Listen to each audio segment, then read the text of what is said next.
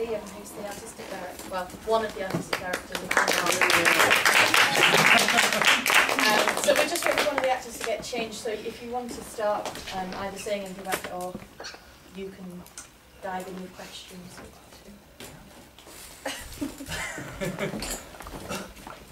My co-director, worth saying, unfortunately is next door having to do our get out, so she's not able to join us, but so we've just got 50% of the directing team on the show.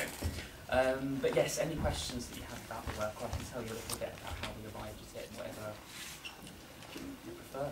It would be great to know just how you came to HM and I guess the genesis of it. Sure, okay. So we met patient HM before we met Henry Molaison, it's worth saying, who essentially are the same person, but there is a big difference. There's an awful lot written about patient HM and a significant amount less written about Henry Molaison.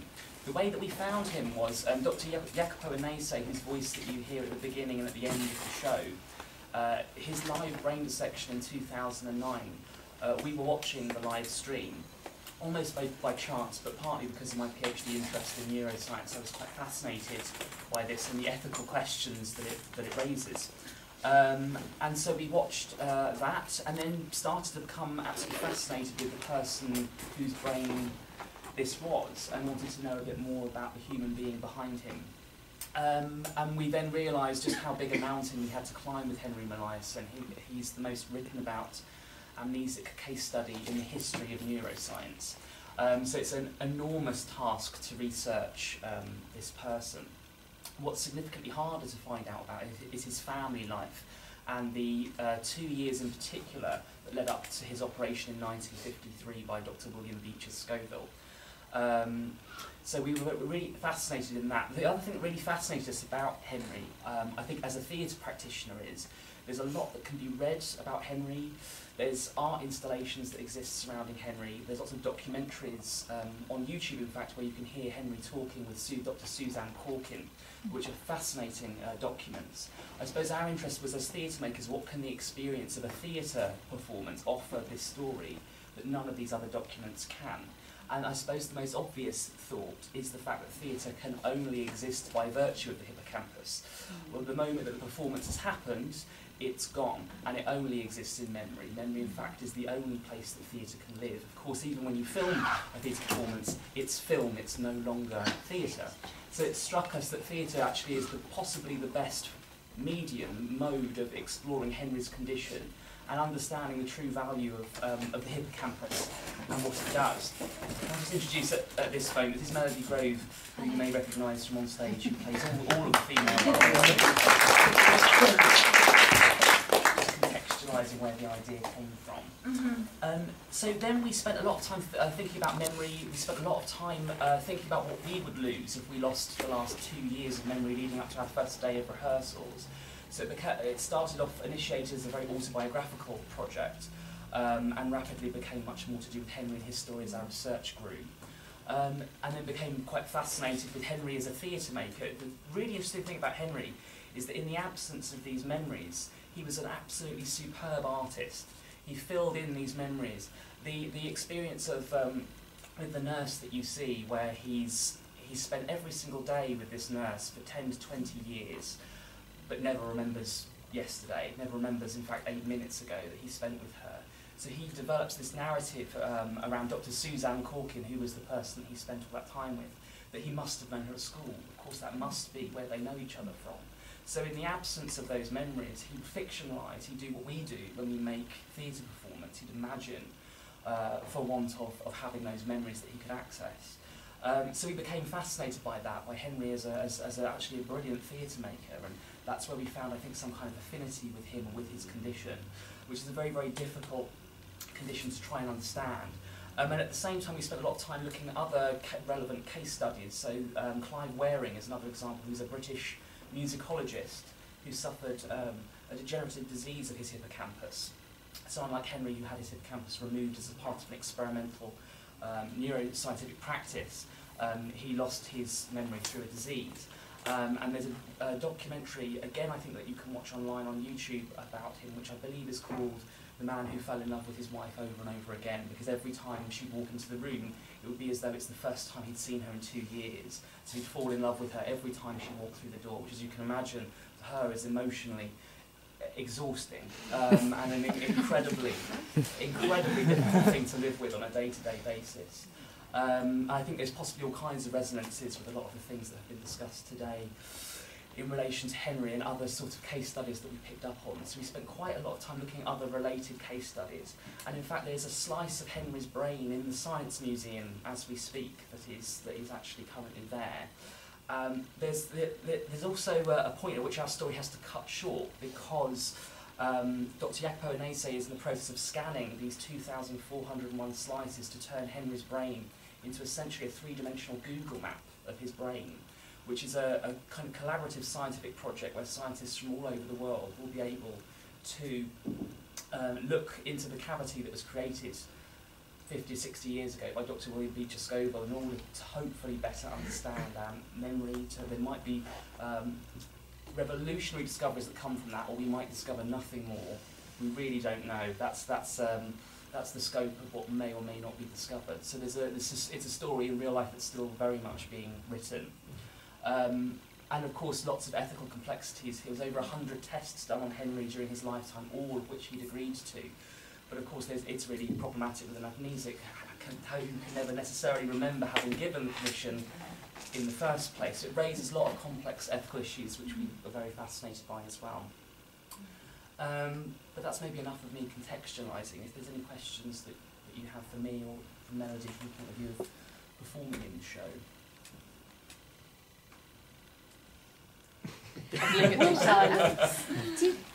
Did Henry ever speak in any way, document his own emotional experience? I mean, obviously the scientific literature is there, but in your research, did you come across, did he diarize, did he say anything?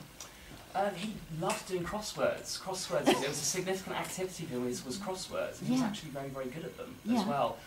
There is documentary evidence of him talking. He also has invented, whether or not this is actually accurate or something a narrative he invented for himself, he says he wanted to be a neuroscientist in those documentaries, and that the thing that stopped him was that because of his glasses, the glare from the light would have stopped him at the point where he was making a vital incision.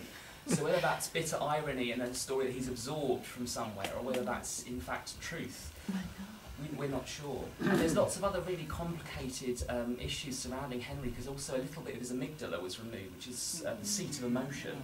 He was always quite a placid man before the operation and after, so we don't know if that had any effect. And his IQ was just as high after the operation. He was a very intelligent man, both before and after the operation, perfectly capable of these crossword puzzles.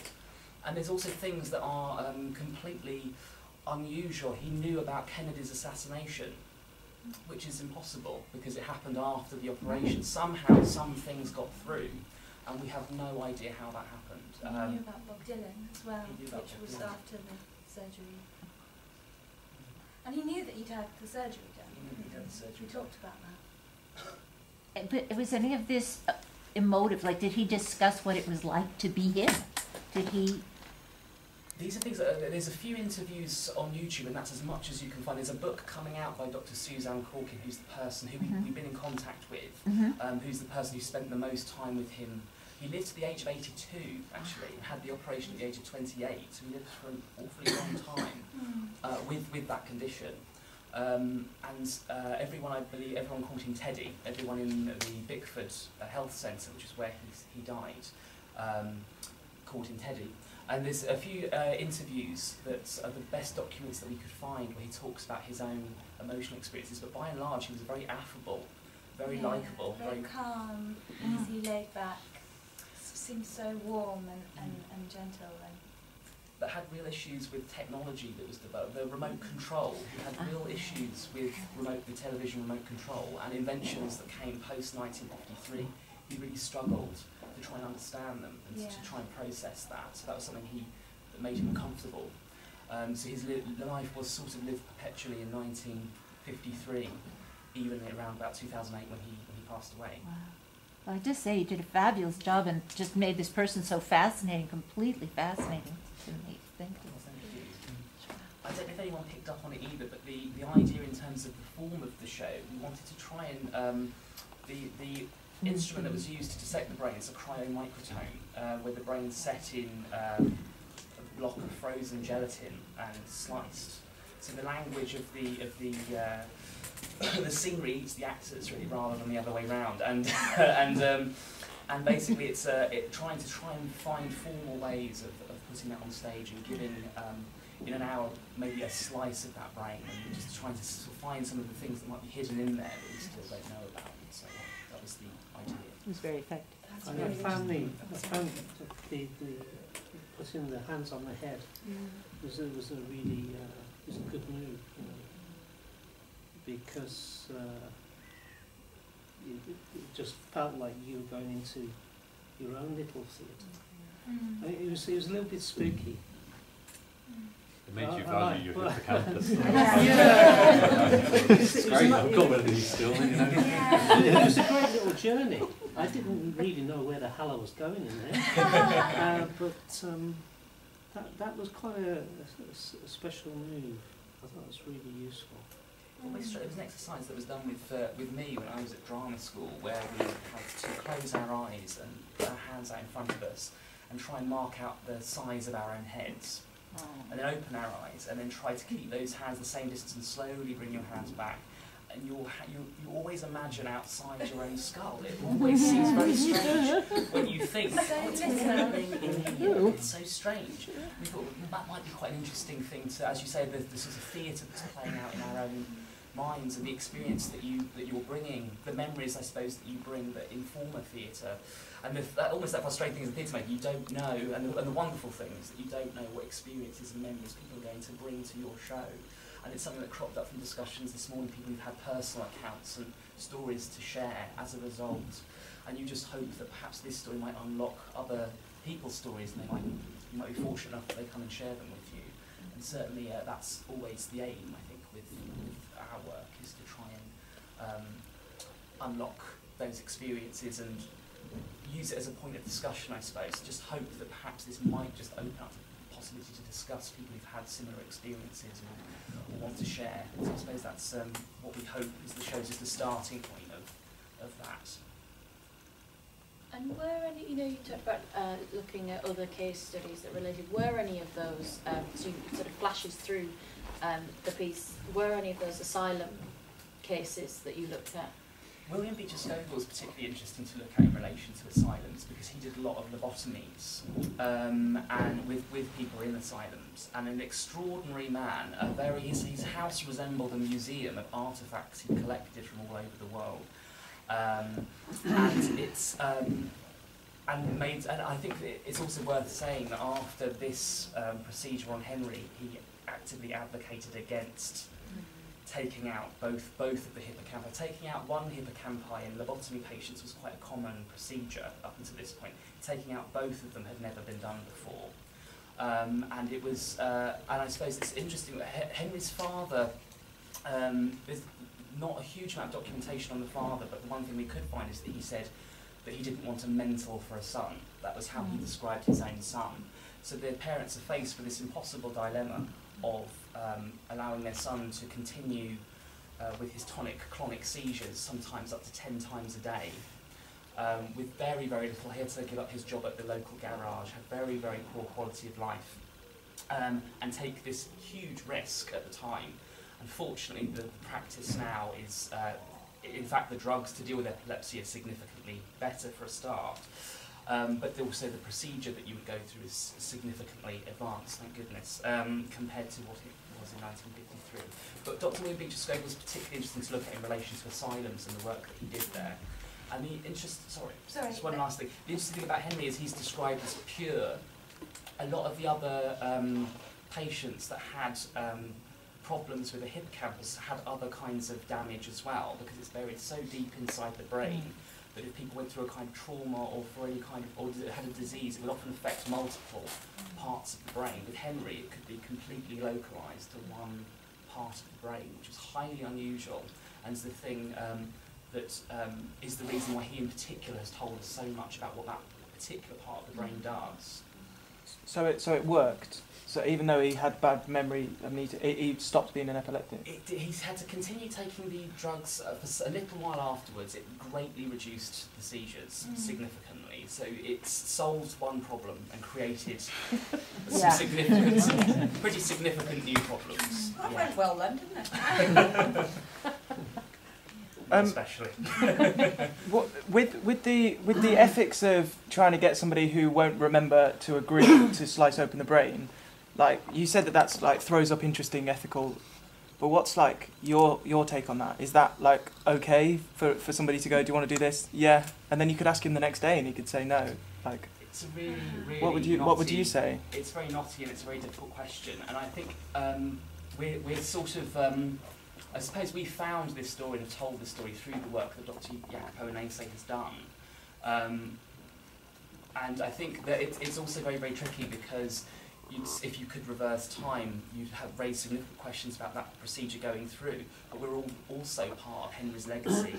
Actually, regardless of how we feel about it, we're all part of that legacy and we're all benefiting from neuroscience's great fall guy, which is Henry. And I think that the most important thing from our perspective, I suppose, is that we must never forget him. We must never forget the suffering that one person has had to go through so that we all benefit. And I think that the thing about this project that I found fascinating is despite how much is written about him, when I would talk to this story with people who have nothing to do with the theatre industry or no one knew who he was, and I found that really remarkable. This is an amnesic that's been forgotten, the most important amnesic. We mustn't let that happen. We must actually keep questioning this and raising the ethical dilemmas. So I suppose it's interesting, I would also recommend having a look at the ethical questions in regard to broadcasting live neuroscientific procedures, another set of ethical questions. So is it right to dissect the brain live on the internet? There are people who feel vehemently against that and feel that it's perhaps even pornographic to that extent. There are also other people who would say that it's about trying to stop seeing patients as organs in buckets and try to see the human behind them, so a humanising process. So I suppose it could be argued both ways. We, I guess, would agree to some extent with the latter of those two. Yeah, it felt like with the performance, like in terms of the ethical questions of actually whether or not it's okay to slice up his brain, it felt like you kind of went, yeah, it is. It's okay. It's okay that we did this, and like you just said, it like the benefits outweigh those ethical. I suppose the point that we would try to make is public engagement with neuroscience and sort of engaging a broader public. I suppose that's our interest. I suppose I think often when you hear about neuroscience, the policies, it's too late. Often when you hear about significant developments in science, the policies have been made. You're always behind on the discussion. I think it's important generally that as a public we're right on top of those discussions, that we all have the ability to talk about them and to have our say. So I think that's our real interest.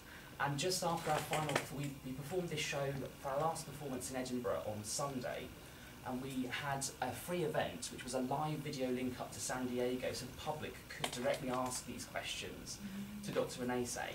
And it's an event that we plan to do more, so that those lingering questions that come from the performance, that actually have a chance to ask the person that did the dissection. That's really the person I think that we want to put you in touch with, that we want you to talk to, and who's very willing to do that. So I think that it's about a broader engagement, I think, with neuroscience in general, and trying to not be behind the debate anymore, but be right on top of it when we have a chance to make a difference and say what we think.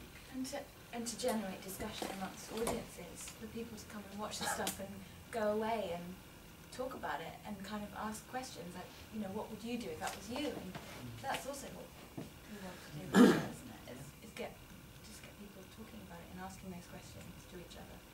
I think there's a lot of connection here with Alzheimer's as well, and Alzheimer's has increasingly become something which is very, very visible and distressing, and you know, where partners or children are not being recognised by the mother or the father, and so on. So, from a nursing point of view, I was interested in your performance as a nurse, and you were showing some of the compassion, you were showing some of the irritation at the repetition and having to go back over. And from a learning point of view, from an educational point of view, that would be quite useful, how you portray those things. And also giving information such as a death to somebody who that would be a shock to. Yes. Which you get with dementias as well. Yes. So those things would be very helpful educationally, I think. But also to remind us that carers are subjected to unnatural social events. Mm-hmm. It's very wearing for a carer to be going through the form of communication Yeah, I can without only the imagine. logic and progression that Mm. we normally expect. Yeah, I think there are lots of amazing nurses and carers out there, and patients of saints. I don't know if I would be able It's very hard. to do it. Can I ask, sorry, another question about, it just picks up on this because you were a very nice nurse and you were a very nice mother and you were a very nice girlfriend. That's suggesting that they were very distinct characters as well, but I'm interested, it loops back to your question about ethics as well, that it seemed to me in Beachy Head you have this ethical dilemma being worked out through those two characters, and it seems to me that again there's an intellectual conversation being worked out through this, and I wondered if you could say something about how that a healthy ethical queasiness that I think this company has about these topics is worked out in the characterisation, because everybody was lovely to Henry in this piece, and it was a beautiful environment, and that's interesting ethically. Mm. We did explore in lots of improvisations in previous incarnations. We explored the nurse losing her patients with him, or people being taking advantage of his situation.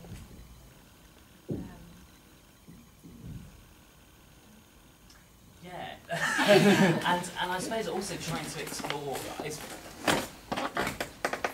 I suppose the first thing that you think about when you think about his condition are the negative things, essentially. We also start to think, well, also, if you can't hold on to grief, actually, that's quite interesting, isn't it, to not be able to hold on to that kind of loss. But then also there's the flip side, having to relive the discovery of it each time. So it's a very ambivalent thing, in a sense, that actually it can be a gift sometimes to not remember something. There's some things I would love to forget, I'm sure, in my past. And some things that if I lost would be devastating if I knew that I'd lost them. So I suppose we were interested in exploring both of those. How much of that came through, I'm not sure, but I suppose we were interested in exploring both of those things. It just felt very tender towards Henry, and I wondered how much that comes from you as a company, feeling a responsibility. You know, everybody wants a piece of his brain, and you're getting a piece, and you created this lovely, kind world for him, and I wondered if unconsciously that was a tenderness towards wanting to I don't know, take I care. think it's also the characters have come out of us and who we are, because the way that analogue work is they improvise and they have a storyboard of where they want to go, but before the text... Say you're nice. No, I'm nice. I just want to say that I think maybe I have no experience of being a nurse, and I'm not cut out to be a nurse. So maybe I'm slightly rosy in my view of how a nurse would treat him, and maybe that's just part of me. If it had been another actress who's maybe harder than I am, or you know, I wondered about the factual basis. I mean, do you think this, I think you said earlier on that there isn't, you didn't have much factual information about the way he was treated. I mean, there's a lot of information in terms of the way he was treated at the health centre at Bickford. There's Yeah. not but so much. in terms of the human relationship, like between the nurses and his parents. There's a fair amount of documentation on that. So we're very fond of him. What's not documented is the 2 years of his family life before the operation. But there's a fair amount, and actually Suzanne Corkin, who was the person who's looked after him and spent the most time with him, that's the book that's coming out soon. So in actual fact, within the next year, there'll be a huge amount more information about that. You do get the sense that it was a kind of cotton wool environment there, and they were very protective of him in the health centre because he was this very famous case. And you know, there would be journalists ringing up all the time, and when you listen to the radio interviews and read documents, you get the feeling that they were all on his side. They were very protective, and the nurses spoke incredibly fondly of him and called him Teddy. And also, he was a really nice guy. I think you get that impression that he's genuine. There's no... You listen to Clive Waring talk, and there's a lot of anger there, and you could get the sense that he would really piss people off quite easily. With Henry, he was just so warm and lovable. I don't know. I find it hard to imagine them. And again, potentially that could be partly due to the part of his amygdala that was taken out. Maybe. But actually, it's partly an identity. It raises lots of complex questions about what makes us who we are. Because Henry, I think we liked him from the immense amount of research that we did around him from the interviews. We really like him. He's a lovely man, and I think also he's a man that we feel needs protecting, I suppose, in some way, because certainly when he was patient HM, the demand on him that was placed on him from the science community was really great, and we are greatly indebted to him for saying yes so many times. I think we felt indebted to him. The extent to which he realised how much of a benefit he was to science. I mean, did he consciously? Was he self-conscious about that? Very. He was being reminded by it on occasion, but very much not so. And one really interesting example is there's a very particular experiment he did with a scientist called Dr. Brenda Milner, and the experiment basically, which we developed this show in Germany, and we got the audience to do this experiment with us. I wish I had it now because I'd love you all to do it. But the experiment basically is that you have a screen in front of you, and then you have a mirror on the other side. You look over the top of the mirror, and then you have a diagram of a star with a border around it. And the object of the exercise is simply to keep the pen inside the border around the star. Sounds very easy. When you do it through a mirror, it's remarkably complicated. And there's one very particular point in the star where it doesn't seem to matter which direction you go in, it doesn't seem to work. Really, really complex, but the more you do this exercise, the more you can improve. And so any dancers in the room will be familiar with muscle memory. This idea that your motor functions, you just get better at it, you can improve. And the interesting thing about Henry is he could never, ever, over a month of doing this exercise every day, he could never remember having done it the day before, and yet he improved. Over a month, within a month, he was drawing completely inside the lines, and he said something along the lines of, you know, I thought this was going to be difficult, but this is actually quite easy. But he'd done it 28 times before, and that was the reason why. So from that experiment, we discovered that memory doesn't happen just in one part of the brain, it actually happens in multiple parts, and all of a sudden it's much more complex than we thought it was, and we only know that because of Henry. And he never knew the extent of, I think he would be told on occasion of how important he was, but again that knowledge would be lost and he could never retain it, so he never had that awareness, and as a result I think had this remarkable modesty which anyone who could hold on to that information might not have, but a remarkably modest man right the way up until his death in 2008.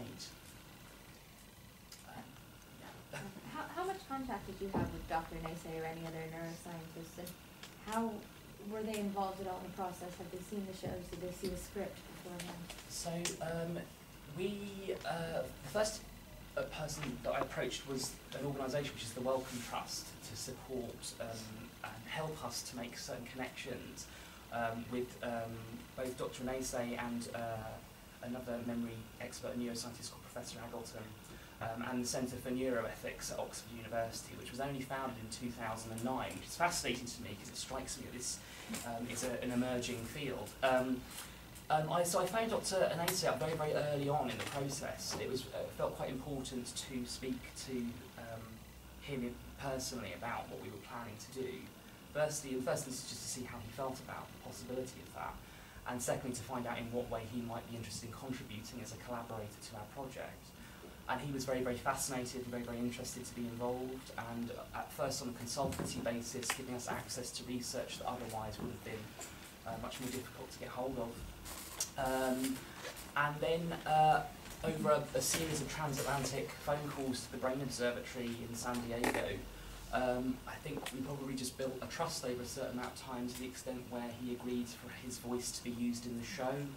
And we're taking this show potentially over to perform it at the theatre next to the Brain Observatory in San Diego, and to have an opportunity to actually go and visit the Brain Observatory where the story starts, really, where Henry's brain dissection happened.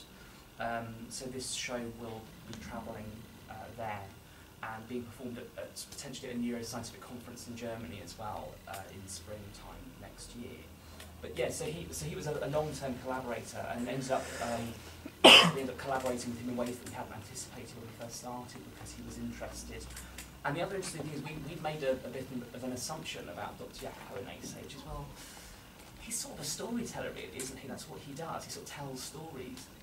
And we sent him a prompt script, not necessarily of exact things we wanted him to say, but just of the shape of an introduction to our show with the audience, in his own words.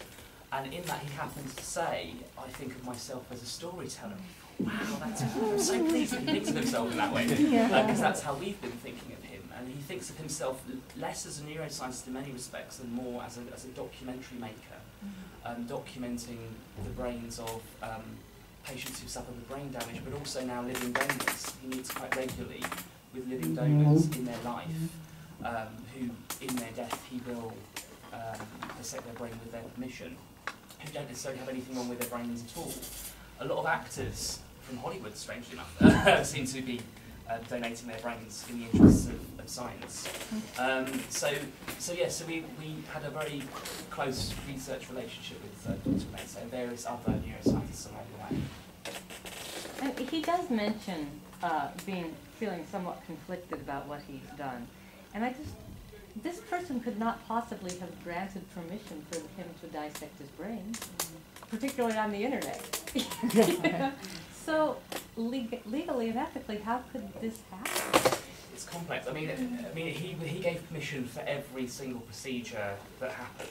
There's no procedure where he didn't agree, but of course it is still it's still very, very knotty. I'd say you're on really wobbly ground around informed consent with somebody in that condition.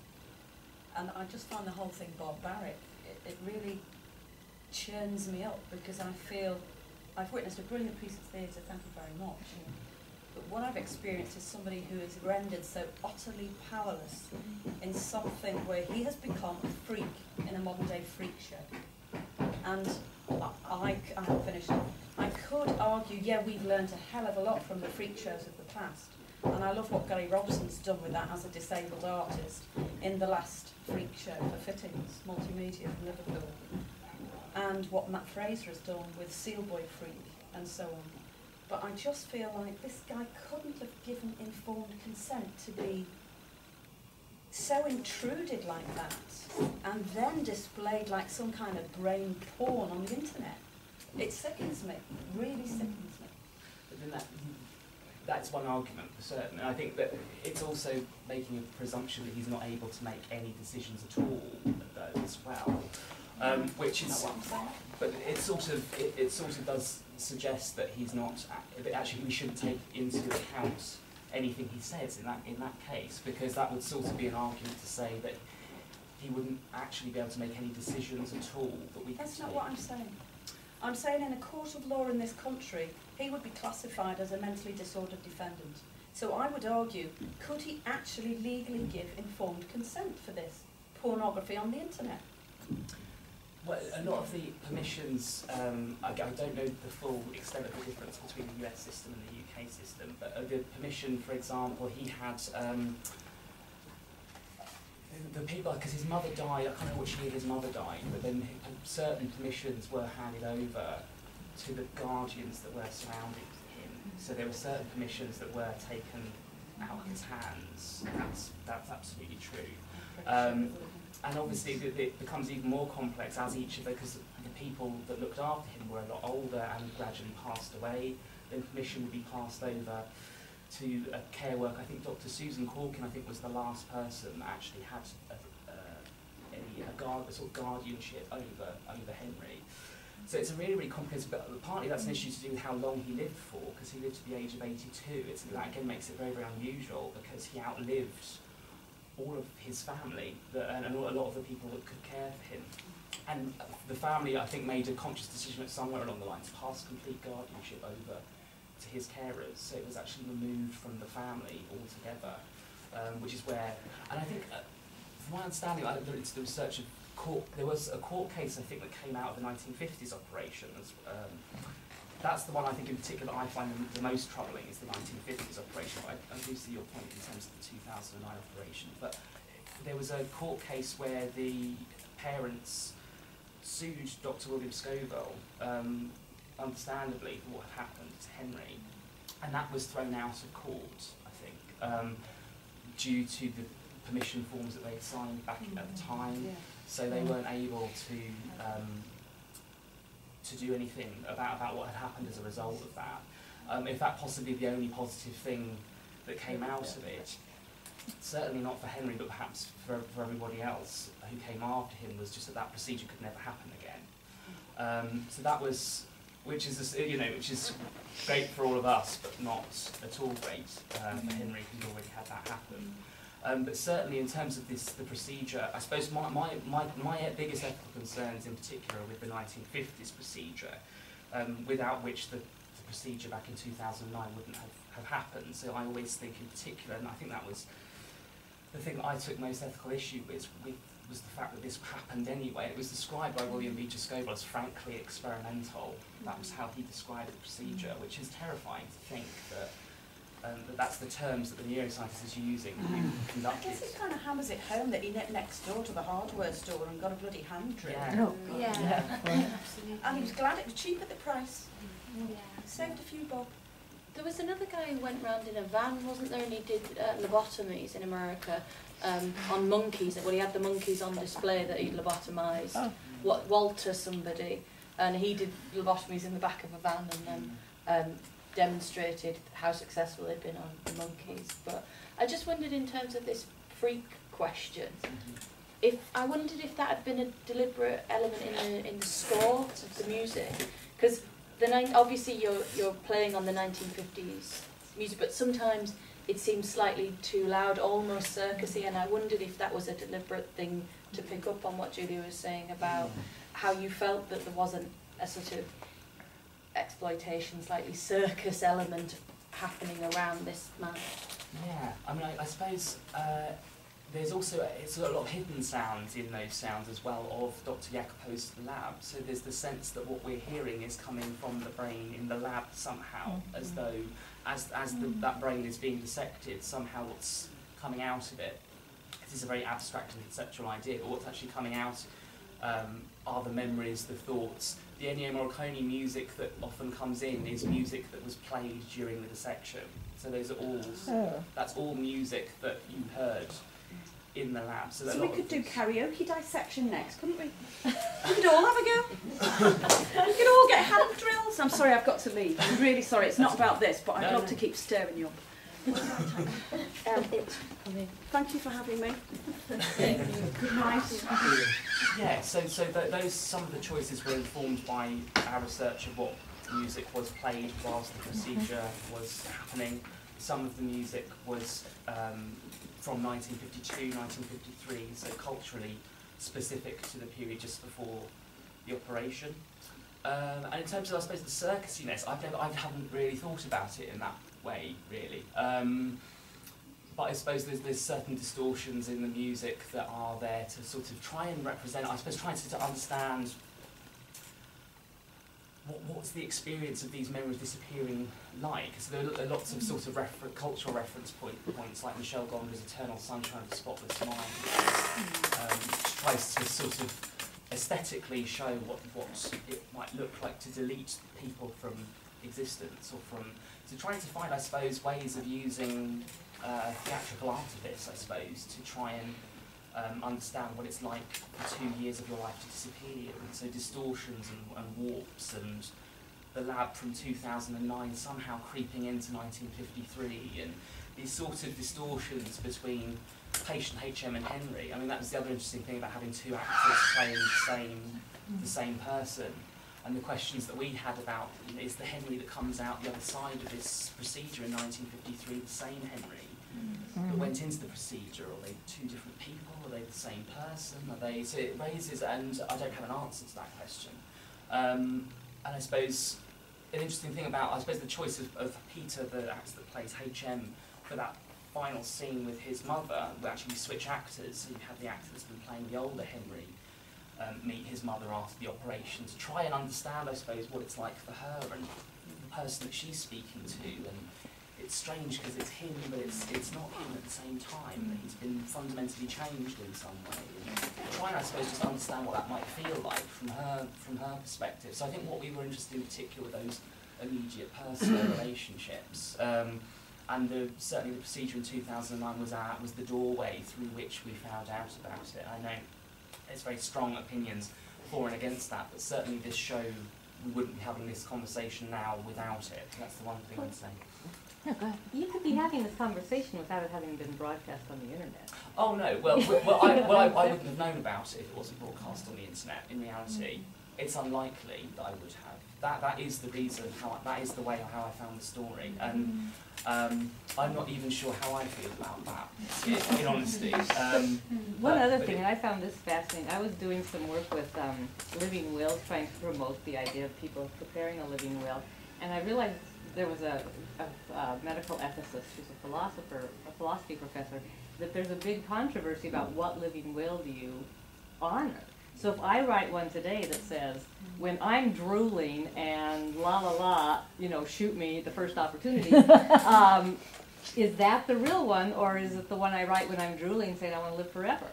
And they always, and it was a big issue, kind of like what Hugh brought up, or what you said, that they have to dignify the person, regardless of, you know, is it the one that's most recent that you dignify, or what's a sound mind? And if you don't dignify that one, you're saying that person has no rights. Yeah, it's really, really complex, really complex. But if I'm ever drooling, I've told my cut.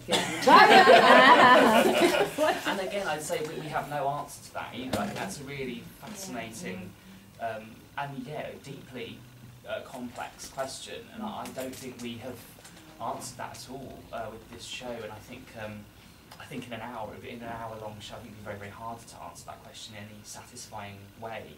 I think all we can do is try and raise the questions, but it's a really fascinating question. As you say, even someone who didn't have a condition as severe as Henry in different states of mind or different, it's very, very knotty territory and really, really hard to unpick. But certainly the beneficial thing that's come out of this for us is our contact with the Centre for Neuroethics at Oxford that are addressing exactly those sorts of questions, and actually there's a discipline now that is geared just towards that, and it's largely because of case studies like Henry and the increasing prevalence of fMRI scanning being used in research, that are discovering hidden traumas and hidden things that patients find out about by mistake. But it's really important. This field is really, really vital and a really important emerging field. So that's now being available since 2009. It's quite exciting for us as researchers and theatre makers as a resource. But again, I think they haven't answered those sorts of questions either. But it's not about necessarily the answers, is it? Which isn't what your work is about. It's precisely about raising the questions and having the ethics is about a dialogue, isn't it? More than that's the answer. So we've dealt with that. We've got a lot of trouble with some audience members over our last piece of work, Beachy Head, because some people were quite angry with us. And the reason why was because what we absolutely didn't address in the show and had no intention of addressing was the reason why the protagonist in that show killed himself. Because our show wasn't about, it's called Beachy Head, but counterintuitively it's not a show about suicide. What it's a show about is the aftermath of someone dealing with a sort of slurry of unanswered questions, which is all the more frustrating. And from our research and the people that we had spoken to who had personal experiences, sadly it's quite prevalent that often those questions will never be answered. And it's deeply frustrating because we want to know why, and we want answers to those questions, but often they don't exist. And so we thought, well, let's be truthful to that. Let's make a show that's dramaturgically a little less satisfying, that actually doesn't answer the question of why, but is truthful to the research that we've done, and it got us in trouble because a lot of people didn't like that. But actually, it was a conscious choice, and it felt truthful to the research, although perhaps not dramaturgically as satisfying than finding out the whole backstory as to why that one reason perhaps that someone might have done this. But it didn't feel right. It didn't feel accurate with what we discovered from the people that we'd spoken to. So it's different. There's also that thing about integrity. There's things that you find in imagination that's difficult because you think, well, I've got to make a call on what we show. We can only show so much. I think that I want to take that a step further, and I appreciate that because I think that you can bring up morally unsettling questions, and that's a good thing. And the tendency often in an awful lot of theater is then to moralize, to take the high road. I'm not interested in being moralized at. I want that miserable question. I want to go, God, I don't like this. Why not? And so I feel very grateful to not feel like there's some moral soapbox that you're up on, but rather, here's this uncomfortable thing that's happened. Oh, look at that. And it does make me very uneasy, and I'm grateful for that. So that's all right. I hope I'll come closer to an answer through these kinds of discussions. You know, these discussions are quite valuable to us after the show, so it's a real thrill to have an opportunity to be here and to talk about it. Because, again, I think as Anna said before with her research, you don't find these answers on your own. You find these answers the more you talk about it. So that's precisely what we want the work to do, is to raise these questions, people to feel angry about aspects of the show and to challenge things in it. I think that's exactly what it's there for, and I don't think we're necessarily taking, as you say, one moral viewpoint on it, but just trying to raise different arguments and then perhaps draw a conclusion out of these discussions where we stand, I suppose, on it as well. I think that's a good moment to stop. Can we thank Liam and Melody?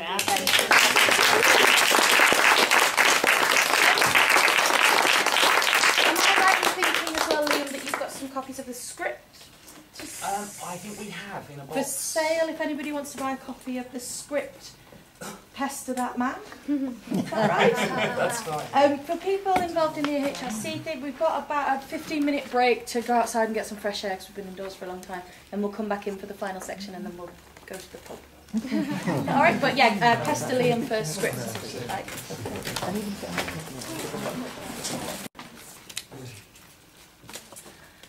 How's everyone doing? Tired? But happy? Happy? So we don't want to sort of make everyone stay in a hot room for longer than is necessary.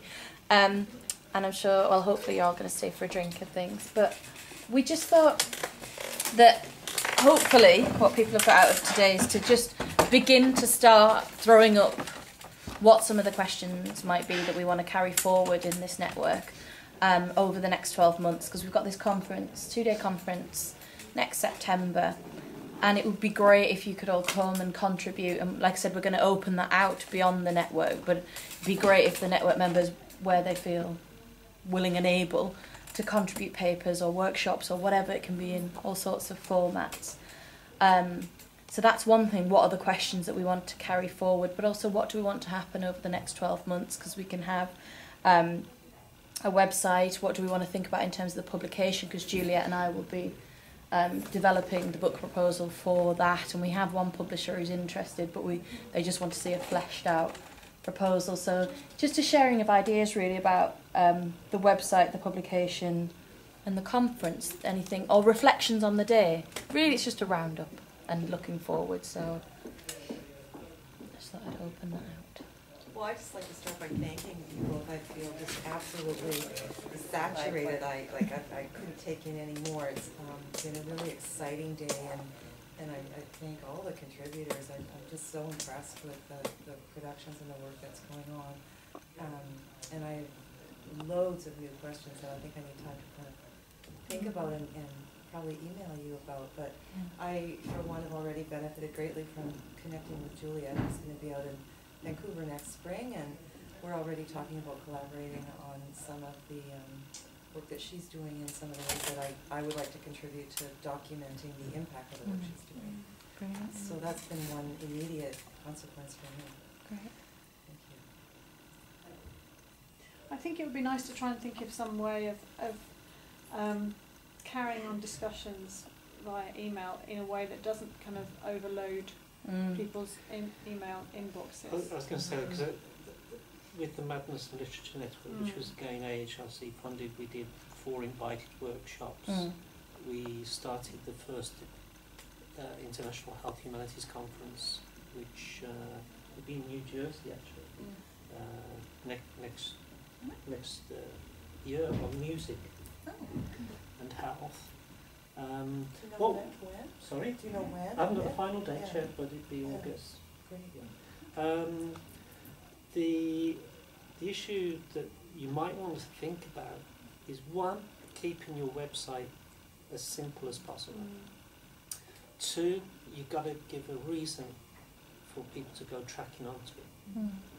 And that the way we did it, and it has worked, because we've got a very strong membership and it's got a very good hit rate, is by having a resource that's useful, that has utility for clinicians, service users, people interested in this from a humanities point of view, from a health service, for health and well-being, not related to healthcare service.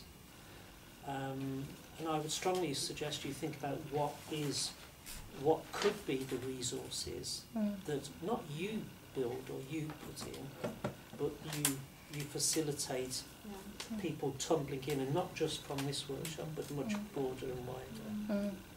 And that will get your footfall through the website and help link people up. And so. How do people feel?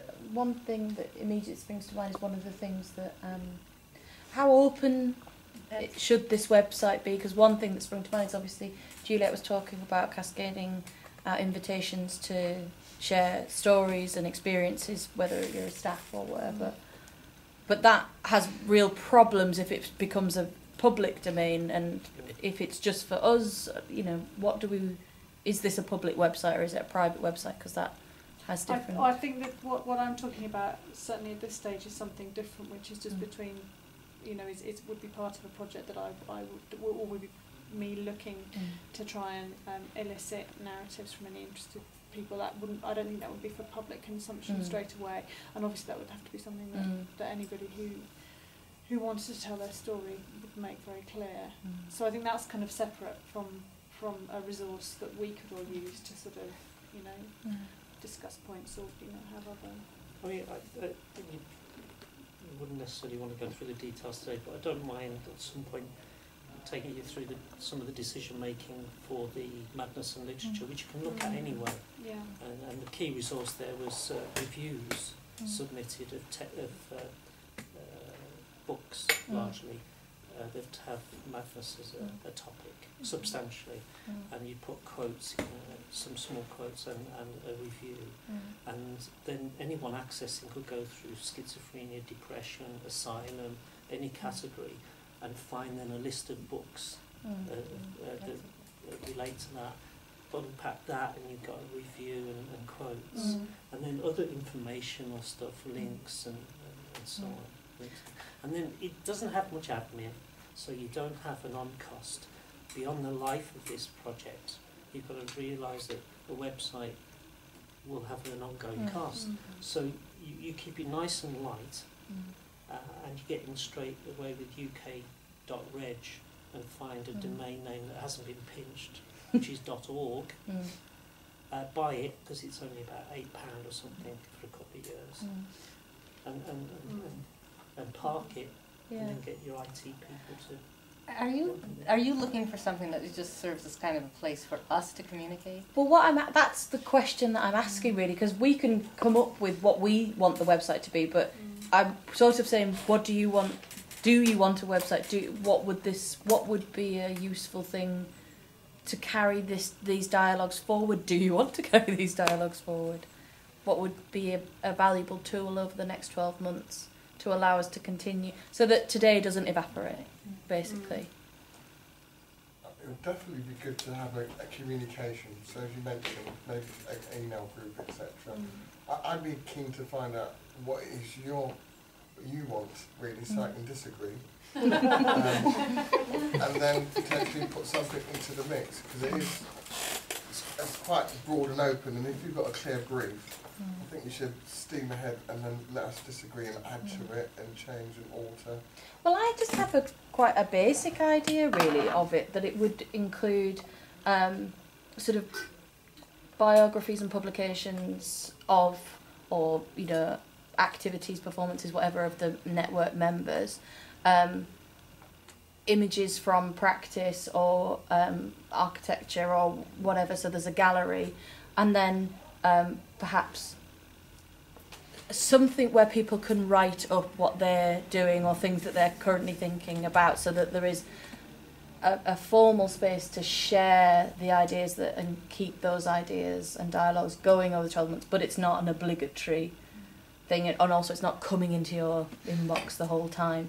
So and who's that really for? I'm playing devil's advocate. I'm just trying to get an understanding. Who's that actually for us at the moment? For us. Yeah, and then building a bibliography. And so for me, there's two things. One thing is about keeping the dialogue going over the next 12 months. Yeah. And then it becomes for something. Then it builds towards a wider audience. But in the first instance, for me, it's about keeping these communication lines going. I'm going to be a devil's advocate straight away.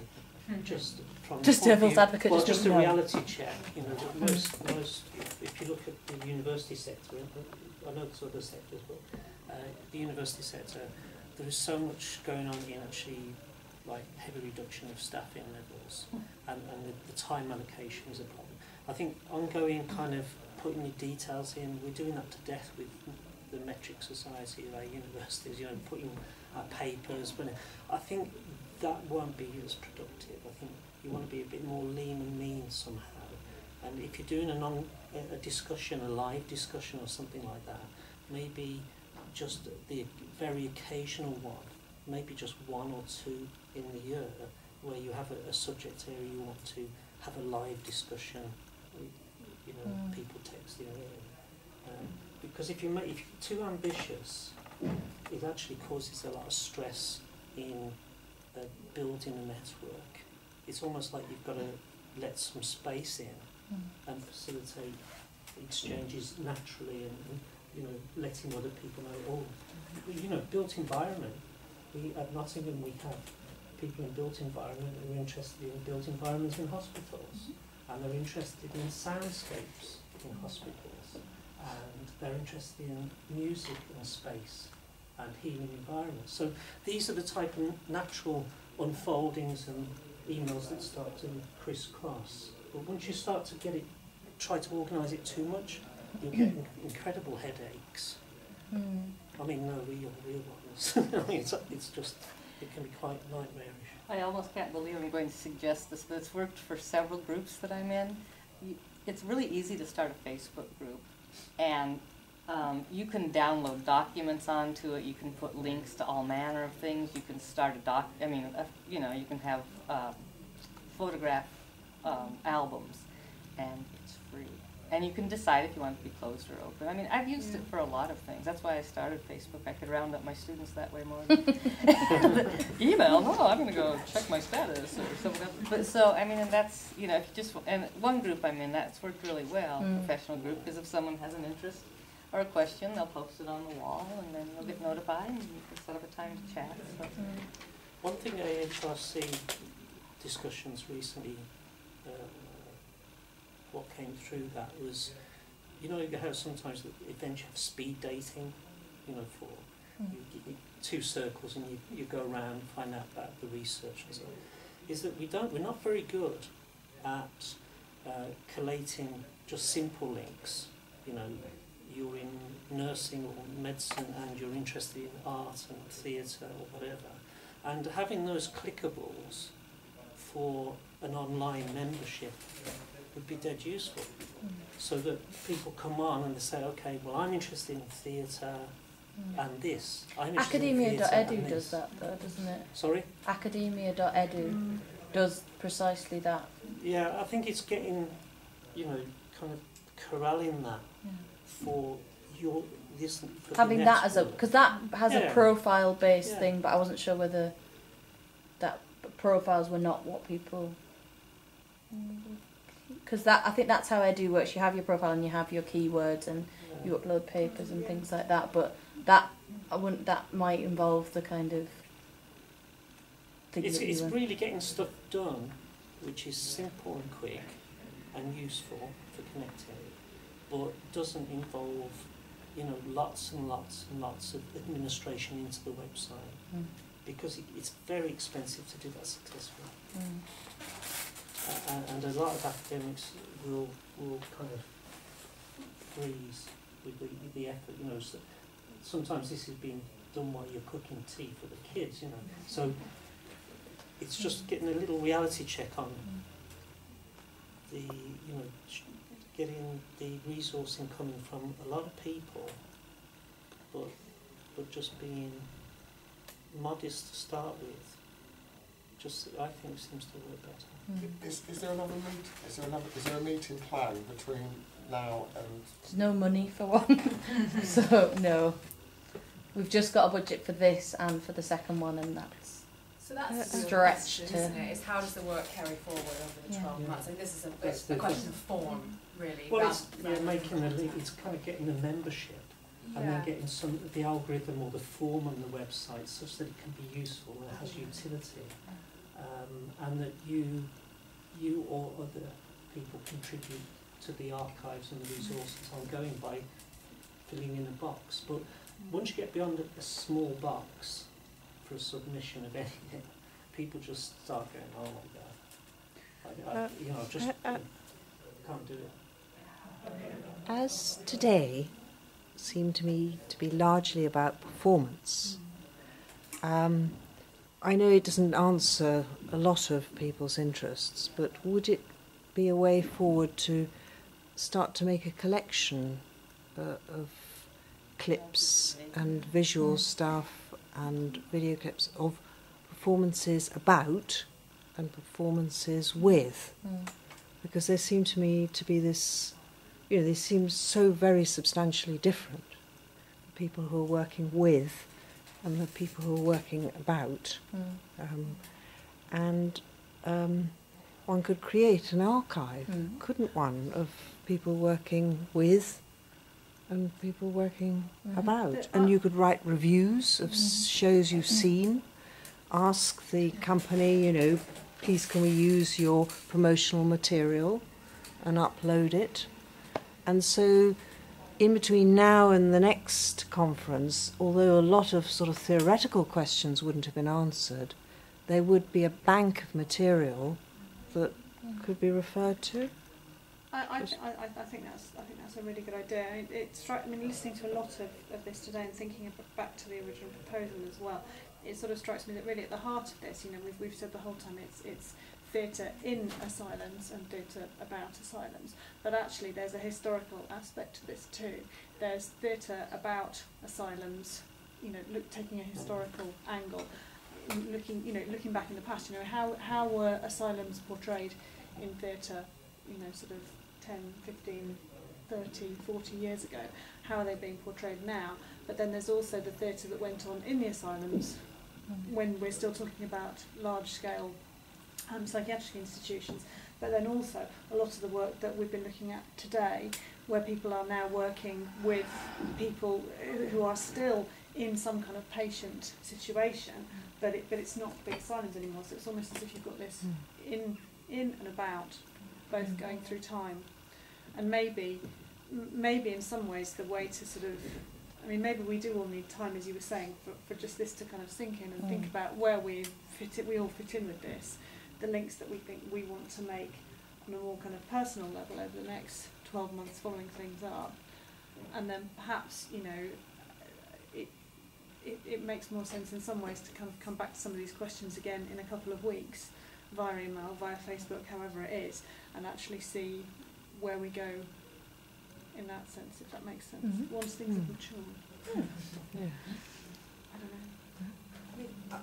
I'm wondering, for you, in terms of satisfying your needs with regard to your grant and what you've said you'll deliver, is your long-term goal to initiate creating a new network that will grow beyond the life of your grant, hopefully, and become a much broader thing? Or I'm not quite sure what you need I guess from us. I mean, I'm very grateful to have been invited, and I'm quite happy to help contribute to what you need, but I'm not sure. I don't think we need. No, I mean, we said we wanted this, which would be more performance based, the more academic conference or more traditional conference in Cambridge, and that we wanted to, get an edited collection out of this as well. We don't have any. There's nothing we specifically need beyond wanting to do that. Yeah. Was your website a deliverable? Not really. Well, a bit. Was it? I can't remember now. No, I don't think it was in terms. I don't know if I can't remember. I'm just talking off the top of my head. I think it would be good to have one. I think we can have a conversation and hear from people later. I don't think it'll be that productive to mine that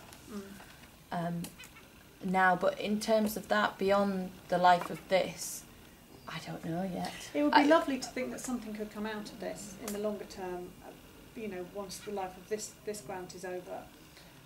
But I think what we felt for today, as much as anything, was that we still had so many questions actually about whether this even was something which there really was the scope to look at. And I think what's come out of today is a very definite yes to that. So hopefully, what might come beyond. I think it's a starting point. It's almost like a case, isn't it? A case of theatre in the asylum. Yeah. But once you turn to that case, you'll find perhaps there's an appetite for other aspects which are in the field, and that's the way things tend to grow. I think that was our hope, that this will be group, while we'll set up these two events to begin the conversations, that as a group we'll then carry, or a section might, we'll carry these things forward, really. Well, I feel confident that we could spend days visiting about really, it's been very stimulating, and so I'm sure there's, all the different perspectives, and to keep that going, and that's what becomes difficult, I think. You leave something like this with great intentions, get back into the sludge of your life. So, but to me the question is that I'm just amazed at how many times the idea of ethics came up, and the contrast or the distance between theory and practice, I think. How much contacts and scoping have you done with historians of the asylum? Well, that was who was supposed to come and speak today, and then that's Peter Nolan, who was a dear friend of Roy Porter before he died. He's retired now, but he's really stacked. He wrote History of Psychiatric Nursing. And he's stacked with information on asylums, and theatre would fit into that. And I think other people have been working on music in the asylum, like Algar, who's directed music in Worcester Asylum. And so this is where I think the Cambridge thing will be better, because the problem with this network was not finding people. There are lots of people, but the budget is teeny, so it means that you can only invite so many. But the Cambridge event, we are opening up to a wider community, so people can come along to that, and that's where I think we can invite more historians, because there was a couple of historians, neither of which you could come to this, so that dynamic will be present, or more present. Well, we'd be happy to advertise on the Art Humanities website later in the year, under the Performing Arts pages, and you can have a spot on there and play on there as well if you wish. No problem. We have some money. I was thinking two other directions or maybe topics to explore for the September conference would be teaching resources. There were a couple of times today when people mentioned this would be great for teaching, or That's why people come to a website. If people have got videos on, if they've got teaching plans, or workshop ideas and stuff. Or clips of theatrical performances that they think will get discussion going in a history class, right? I mean, it doesn't matter. They don't have to be pitched by discipline. They could be teaching resources for a broad audience. And then also the preservation angle. preserving the buildings, preserving the stories of patients, preserving the changes in institutions over time. So architectural historians might be more interested in the 1840s, but if that institution lasted until the 1970s, there are all those intervening decades that deserve to be preserved as well. So I don't know whether that means we would have panels in September that are about those types of themes or something, but just as a way of having the future value come from our meeting together. Yeah. And I mean, I think both of those are really good points. And I mean, the preservation one especially, I mean, that was at the heart of the proposal to start off with, wasn't it? The whole idea that, you know, that this is something which is disappearing, you know, our kind of understanding of theatre in the asylums, and so we wanted to try and do something, you know, possibly slightly too late, but before it's really gone. Yeah, exactly. And that slideshow upstairs was so nice. I feel like it kind of got slighted though, because we were all the slideshow got slighted. Isn't that clever?